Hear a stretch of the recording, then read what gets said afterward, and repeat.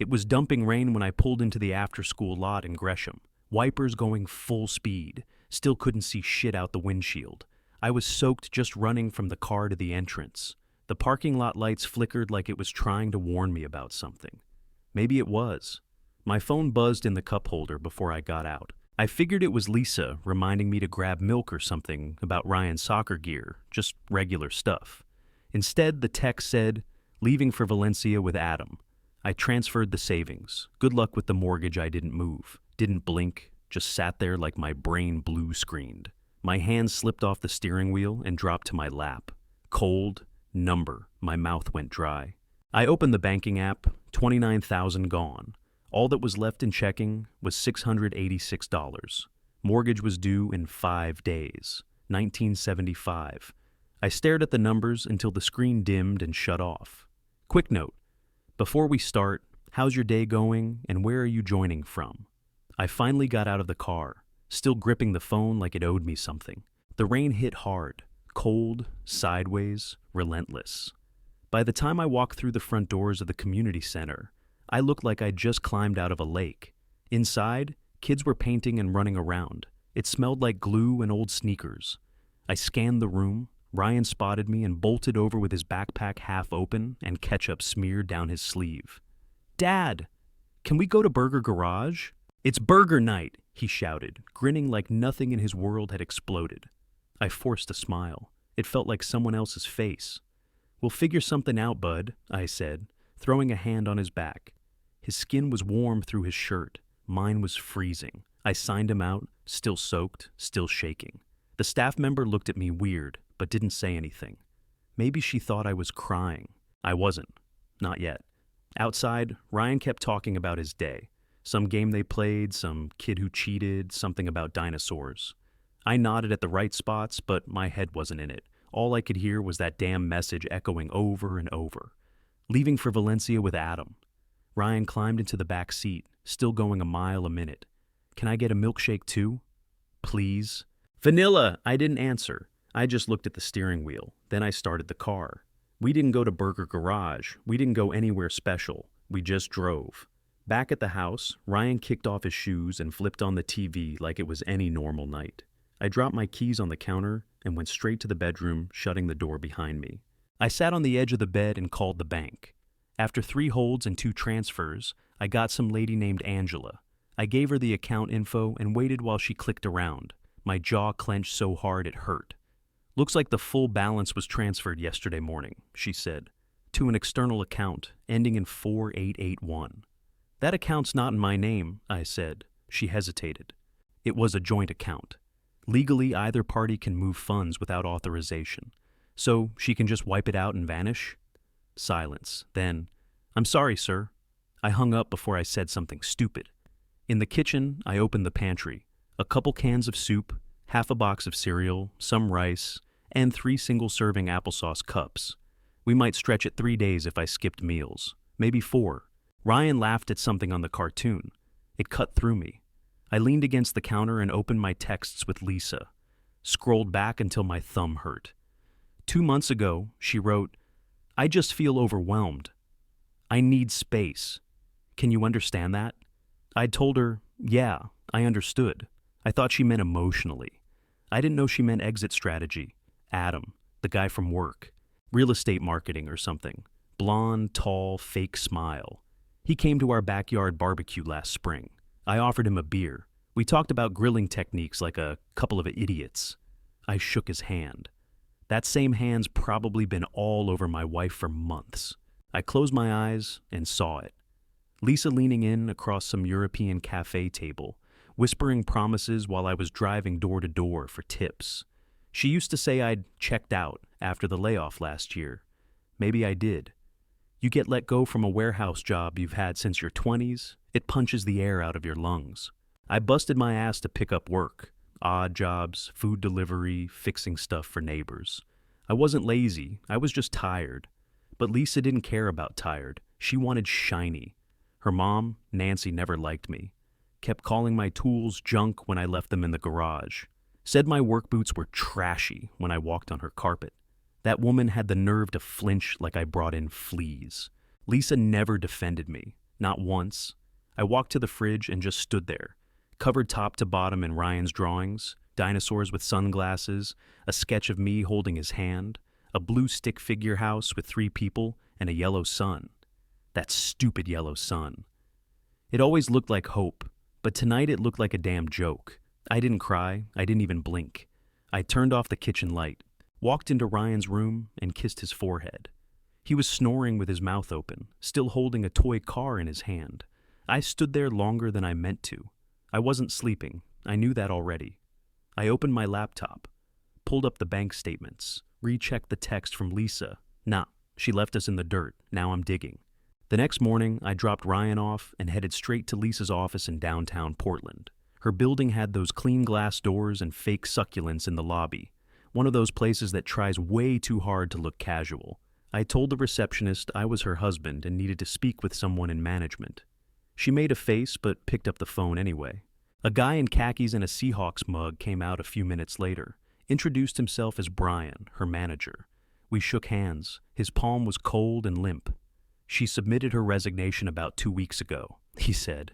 Said she was relocating abroad for personal reasons. Didn't give details. Did she say where she was going? I asked. He shook his head. Just said she needed a fresh start. Last time I saw her was last Thursday. I nodded, took a beat. You know if she was, seeing anyone here? His face tensed up, like I just brought up a dead pet. Look, I don't know much, but Adam? Maybe. I always got weird vibes there. But I don't pry. I didn't thank him. Just walked out. Back in the car, I stared at the dashboard for a minute, then called Kevin, Lisa's brother, and probably the only one in her family who ever treated me like a human being. He picked up on the second ring.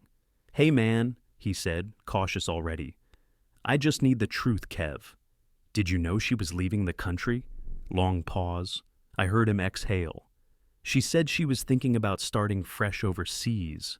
I didn't know it was already happening. She take our savings? Another pause. Too long. Did you know, Kevin? Click. That told me everything I needed. At home, I put Ryan in front of a Lego cartoon and went digging. I opened the filing cabinet in our bedroom. The one Lisa always said was just old bills and warranties. Buried between junk mail and an expired passport, I found a cream-colored envelope. It was a thank you card, handwritten. Couldn't have done it without your help. Valencia is going to be our real start. Love you, Lisa.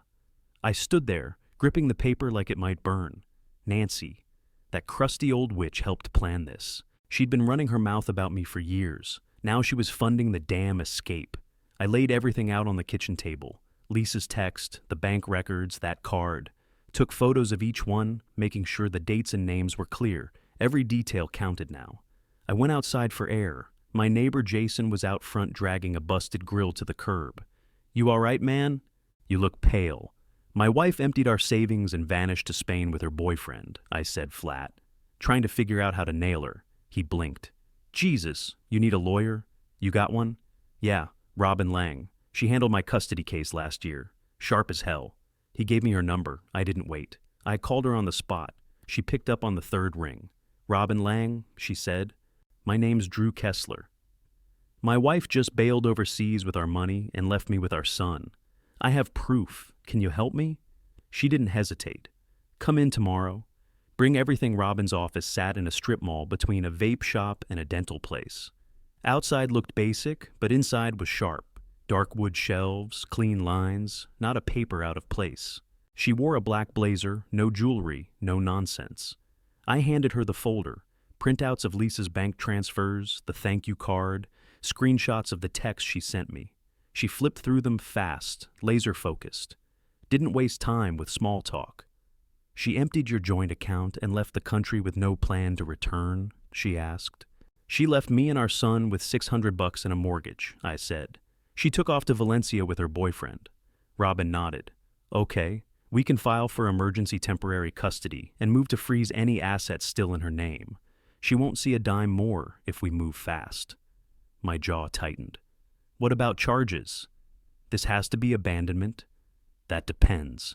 We need hard proof she isn't coming back, or that she set up life elsewhere. Job contracts, leases, anything with dates and signatures. You said she left last week? Yeah, Thursday. She leaned forward. We're on a timer then. Jurisdiction still favors you, but we need to act. Now I left her office with a packet of forms and one goal: burn the bridge Lisa thought she'd crossed clean. That night, Ryan was out cold by 9. I sat on the floor in our bedroom with Lisa's old laptop on my knees. She never changed her password, Ryan's birthday. Same 6 digits I'd used to set it up years ago. I logged in. The background was still a photo of the 3 of us at Cannon Beach. Ryan was maybe 5. Lisa's hand was on my chest like we were solid. I didn't stay on it long. I went straight to her email. It was all there. Dozens of messages between her and Adam. Subject lines like final itinerary, lease confirmation, Spain job offer. They'd signed a 1-year lease on an apartment in central Valencia. She'd accepted a marketing role 2 weeks before she left. Then I found the real bomb. A PDF draft labeled custody prep.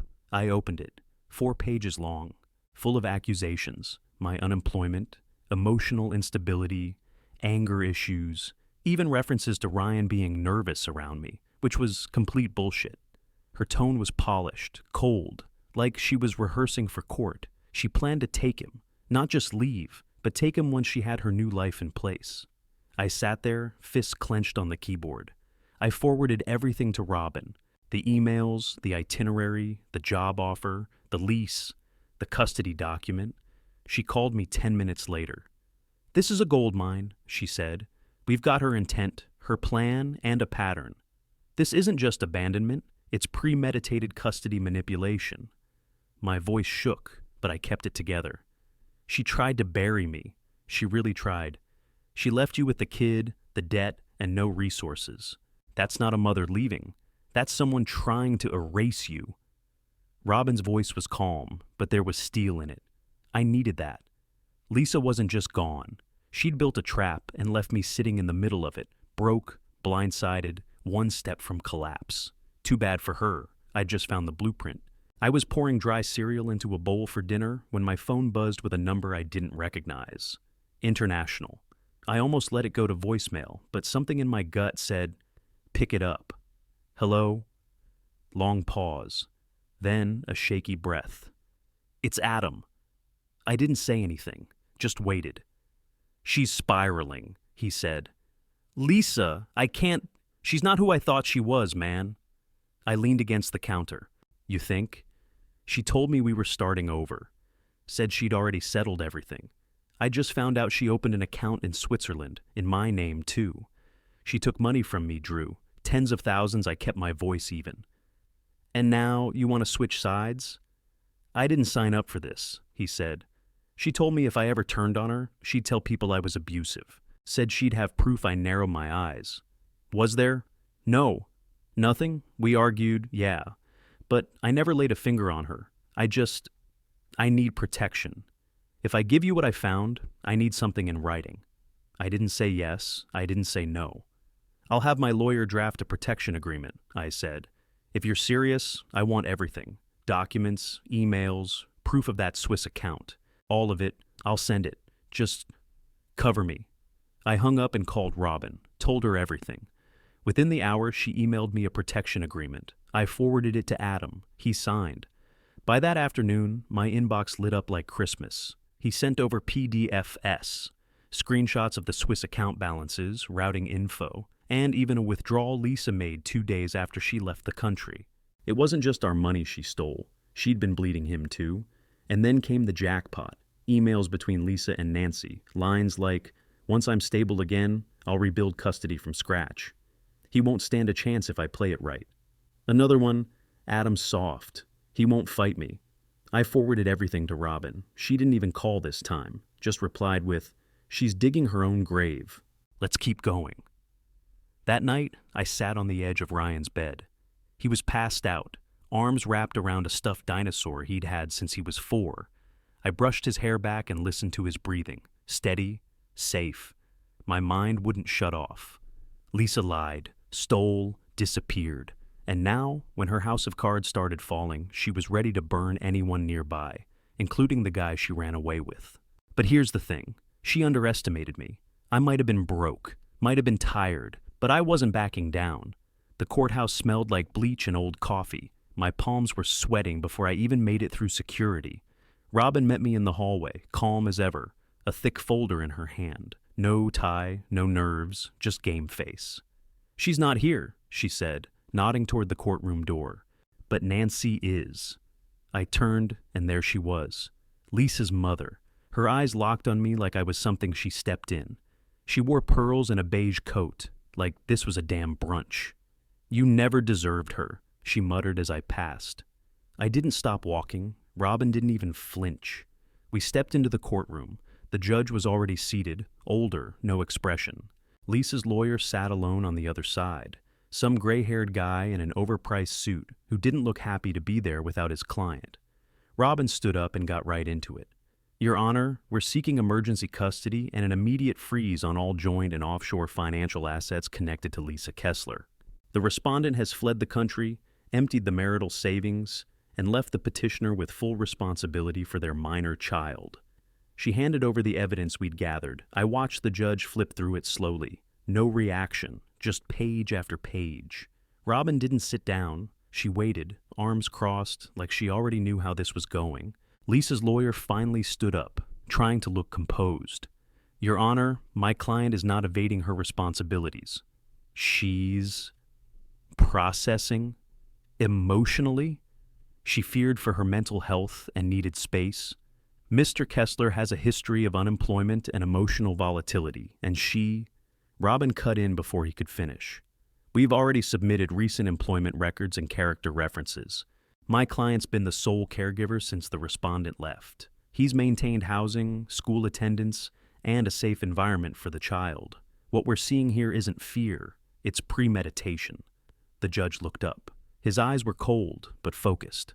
"Mr. Kessler," he said, "are you currently employed?" "Yes, sir," I said.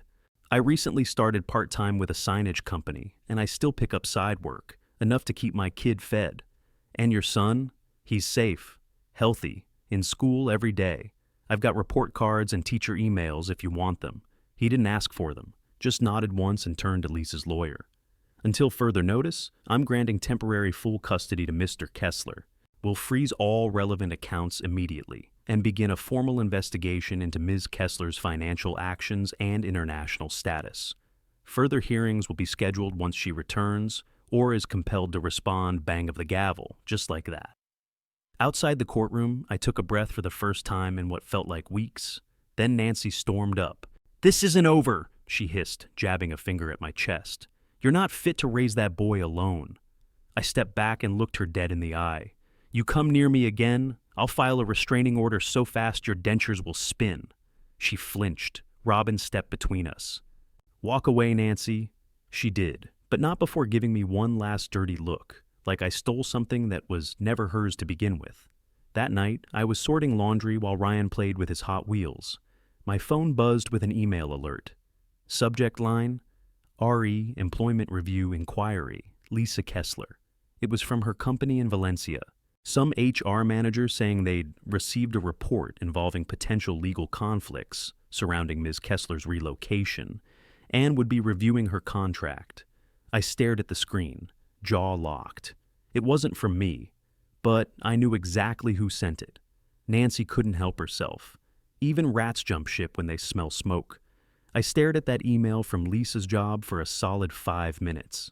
Not because I was surprised. It just confirmed what I already suspected. But the sender details, that's what made me laugh. Nancy had used a Gmail address with my full name in it, something like drew.kessler.parental.concern@gmail.com, and then forgot to BCC herself when she forwarded it to Lisa. Rookie move. I replied with one word, forwarded. Then I sent it straight to Robin. 10 minutes later, she called, pissed but focused. She impersonated you and sent confidential court information to a foreign employer. That's identity fraud and obstruction. We're filing today. By the afternoon, the court granted an emergency restraining order against Nancy. She wasn't allowed within 100 feet of me or Ryan, physically or digitally. Robin said she'd push for formal charges once the DA reviewed the documents. I didn't hear from Nancy, but I didn't need to. Lisa did the honors. She called that night. I picked up because I wanted to hear the crash. "You cost me my job," she shouted. They froze my contract, Drew. You don't get to do that. I waited for her to stop. Then I said, calm as hell. Nope. Your mom did. I sent her the same forwarded message, Nancy's dumbass email, the IP trace Robin's tech guy pulled, everything. There was silence on the other end. I pictured her just standing there in some overpriced apartment in Valencia, finally realizing she got played by her own blood. Unbelievable, she muttered. Then the line went dead. She didn't call back. Robin filed to freeze anything still traceable in Lisa's name. A week later, we got a hit. Another offshore account tied to a business entity Nancy helped Lisa set up 2 years ago. The name was something stupid like LNR Family Consulting. They'd tried to make it look like a marketing startup. 16 grand, gone from their hands, back under the court's jurisdiction, held for Ryan's future. When I told Robin, thank you, she actually paused. You're getting your life back, Drew, she said, piece by piece. That night, I sat on the porch with a beer and just breathed, not shallow, not with one eye on my phone, real breath. Inside, Ryan was playing with his new art kit Jason had picked up for him. Markers all over the table, glue stick in his hair, music playing low from my phone speaker. For the first time in a long while, my shoulders weren't sitting up around my ears. My stomach didn't feel like it was being squeezed in a vice. It wasn't peace, not yet, but it was close. Lisa had tried to disappear, rebuild, erase me. Nancy tried to play puppet master, and both of them lost control. What they didn't get was simple. You don't leave your own blood behind and expect the world to cheer for it. Robin said we were on track for permanent custody. Nothing final yet, but everything lined up. I didn't celebrate. I just walked back inside, grabbed a paper towel, and wiped glue off my kid's forehead. That was enough for me. Months passed. The court finalized full custody in my name. Lisa got supervised video calls twice a month, but she barely used them. When she did show up, she looked tired, distracted. Ryan stopped asking about her after the second missed call. Nancy didn't show up for her last hearing. Identity theft, obstruction, perjury, stacked. She got dragged through the mud in her little HOA group, banned from her church. No one was buying the poor grandma routine anymore. Adam stayed in Spain. He sent me one message, thanks for the protection. I hope things are better on your end. I never replied. With the recovered money and my part-time gig at the signage company, I moved us into a rental in Troutdale. 2-bedroom, small yard, decent plumbing. Nothing flashy, but no leaks and no bad memories in the walls. Ryan adjusted faster than I did. His school reports came home with gold stars and smiley faces. He started laughing more, sleeping through the night, drawing again. I still woke up early with my gut clenched, but it passed quicker now. One night, we sat on the couch eating burgers and crinkle fries, ketchup packets everywhere, cartoon playing low in the background. Ryan was halfway through his milkshake when he looked up and asked, "Do moms stop loving their kids?" I froze, mid-bite, swallowed hard. "Sometimes," I said, "they just forget what matters. But I've got enough love for both of us." He nodded, like that made sense, then went right back to his fries. I watched him for a second. Same kid, same eyes, but stronger now. Less afraid. More sure of who he was. I never asked for this life. Never imagined Lisa would gut our savings and vanish like I was something to be scraped off her shoe. But she did. And when the smoke cleared, I was still standing. This story, it's for every dad who got left holding the bag, the rent, the kid, and the busted promises. I didn't come out rich, didn't come out famous, but I came out still here. And some days, that's a win worth counting.